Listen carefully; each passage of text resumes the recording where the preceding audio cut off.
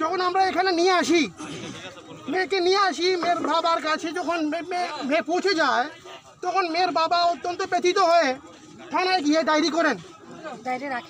তো থানায় গিয়ে ডায়েরি করতে গিয়ে যখন এফআইআর করতে যান তখন থানার দিদিমণি আলপনা সরকার উনি প্রথম লোক লজ্জার ভয় দেখান। উনি বলেন যে এই মেয়ের ভবিষ্যৎ আছে, কেস দেবেন না, লজ্জায় পড়বে, আপনাদের পরিবারের লজ্জা হবে, মেয়ের সম্মানহানি হবে, এগুলো বলে উনি মেয়ের বাবাকে নিরস্ত করার চেষ্টা করেন যাতে কোনো কেস না হয় এবং উনি কেস নিতে অস্বীকার করেন। পরবর্তীকালে আমাদের হিন্দু সমাজের লোকেরা যখন জোর করে চাপাচাপি করে যে না আমাদের মেয়ের উপর অত্যাচার হয়েছে এবং আপনাদের কেস নিতে হবে, তখন উনি বাধ্য হয়ে আলপনা সরকার কেস নিয়েছেন। কিন্তু খুবই দুর্ব্যবহার করেছেন সবার প্রতি, যারা যারা ছিল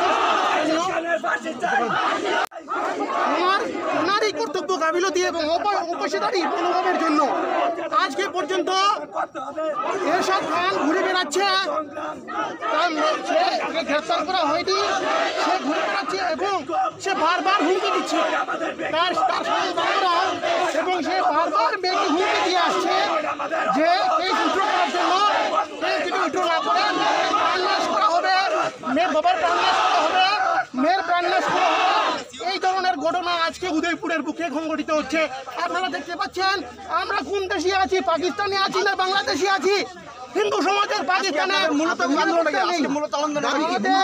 আমাদের এই আন্দোলনের মূল কারণ হলো এই যে মেয়ে আমাদের চন্দ্রপুরের নাবালিকা যাকে অত্যাচার করা হয়েছে, ধর্ষণ করা হয়েছে, লাভ জিহাদের শিকার হয়েছে, সেই লাভ জিহাদির দৃষ্টান্তমূলক শাস্তি চাই, গ্রেপ্তার চাই। গ্রেপ্তারই হয়নি এখন পর্যন্ত 1 মাস হওয়ার পরেও, ঘটনার আজকে 1 মাস হওয়ার পরেও গ্রেপ্তার করা হয়নি।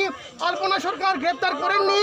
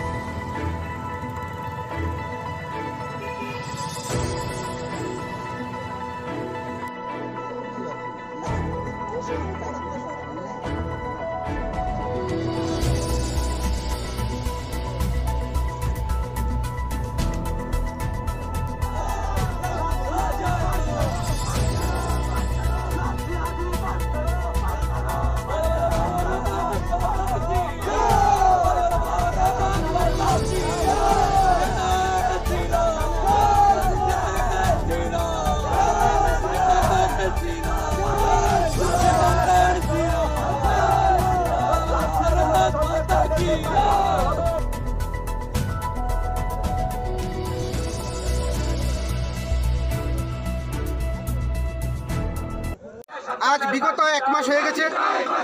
অক্টোবর মাসের 23 তারিখ আমার চন্দ্রপুরের এক বোন, নাবালিকা বোন, সে লাভজাহাতের শিকার হয়েছে।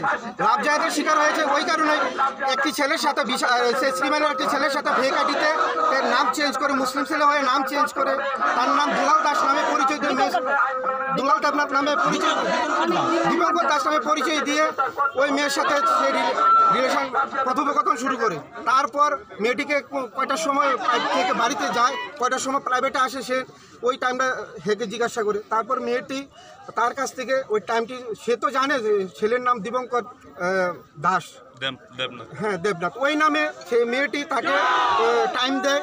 তখন ছেলেটি করে একটি মারুতি গাড়ি নিয়ে আসে 23 তারিখ, এসে মেয়েটিকে পেছন থেকে বলে আমি দুলাল দাস, হ্যাঁ তুমি আমার কাছে চলো।